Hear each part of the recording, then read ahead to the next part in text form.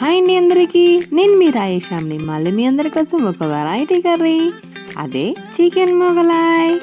రెస్టారెంట్స్లో ఎలా చేస్తారో ఏంటో నాకైతే తెలియదు, కానీ నేనైతే ప్రయోగం చేసేసాను. ఎలా వచ్చిందో చూసి చెప్పేయండి. అలానే మీ ఇంట్లో కూడా ట్రై చేసి కామెంట్ చేయండి. ఇంతవరకు ఎవరైనా సబ్స్క్రైబ్ చేసుకోకపోతే ప్లీజ్ సబ్స్క్రైబ్. ప్రాసెస్లోకి వెళ్ళిపోదాం. వచ్చేయండి తీసుకొని అందులో కొంచెం ఆయిల్ పోసుకొని 2 యాలకులు, 1 బిర్యానీ ఆకు, 2 లవంగీలు, 2 దాల్చిన చెక్క ముక్కలు వేసి బాగా కలిపి అలానే చికెన్ ముక్కలు కూడా వేసేసుకోండి. వేసుకున్న తర్వాత మూత పెట్టి 5 మినిట్స్ తర్వాత తీస్తే ఇదిగోండి ఈ విధంగా వస్తుందన్నమాట. అలానే కొంచెం వాటర్ ఇంకిపోయిన తర్వాత ఉల్లిపాయ ముక్కలు, పచ్చిమిర్చి ముక్కలు వేసుకోండి. వేసిన తర్వాత కలుపుకొని కొంచెం కరివేపాకు వేసి మూత పెట్టేయండి.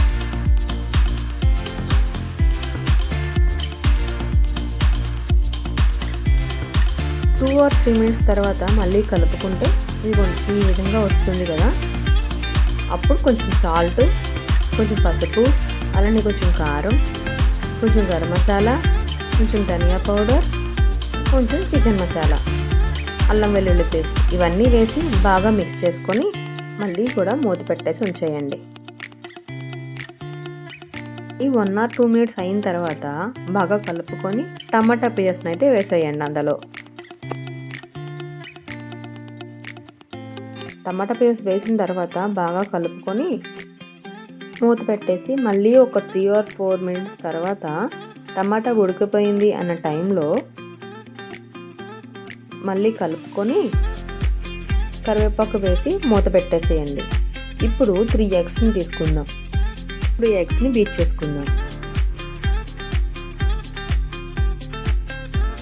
ఎగ్స్ని బాగా బీట్ చేసుకోండి. చేసుకున్న తర్వాత చికెన్ కర్రీలో వేసేయండి. చికెన్ కర్రీలో వేసిన వెంటనే కలపొద్దు. 1 or 2 మినిట్స్ వెయిట్ చేయండి. అంటే వెంటనే కలిపేసామనుకోండి, వెంటనే అంటే చిన్న పీసెస్గా కనిపిస్తుంది ఎగ్.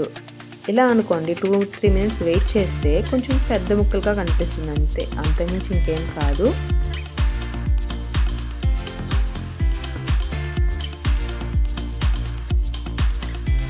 వేసిన తర్వాత 2-3 మినిట్స్ బాగా ఫ్రై చేసుకోండి. ఎందుకంటే ఎగ్లో ఉన్న వాసన, పచ్చి వాసన మొత్తం పోయేంత వరకు కూడా కలుపుకుంటూ ఉండండి.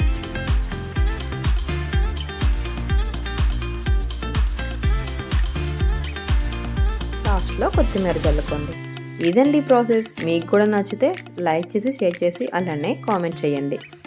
అలానే ఇంతవరకు సబ్స్క్రైబ్ చేసుకోకపోతే ప్లీజ్ సబ్స్క్రైబ్.